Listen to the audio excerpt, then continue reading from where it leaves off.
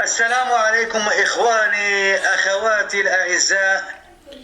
اليوم جينا نتكلموا على بعض الناس كيقول لك هذا الشيء كذوب ديال السجل الوطني للسكان، ويقول لك هذا الشيء كذوب ديال السجل الوطني للسكان. نتوما كتهضروا، نتوما كتكلموا، نتوما حنا كنجيبوا معلومات اللي كتقولها الحكومه، حنا ما كنجيبوش براسنا، حنا كنقلبوا على المعلومات وكنجيبوا لكم معلومات يا إخواني.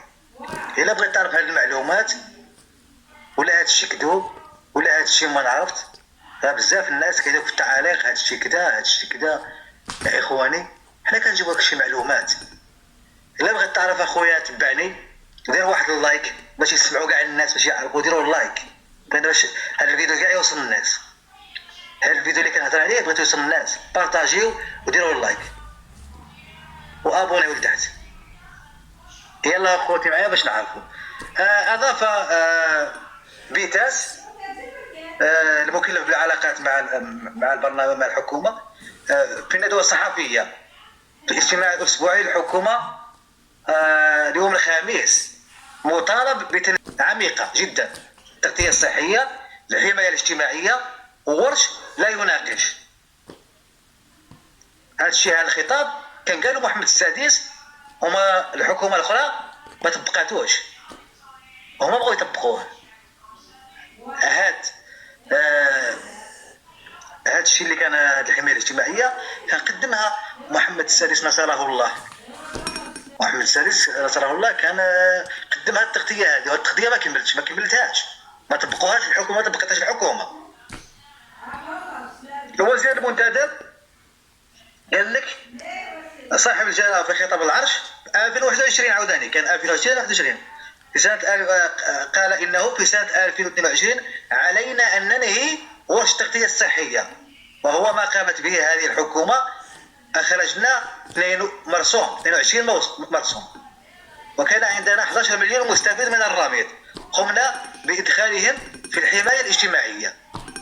وأوضح بيتاس أن في سنة 2023 أوضح بيتاس أنه في سنة 2023 الحكومة مقبلة على منح تعويضات عائلية للأسر، ويتعلق الأمر بأسر نحو 7.5 مليون طفل في سن التمدرس، وهو هذيك،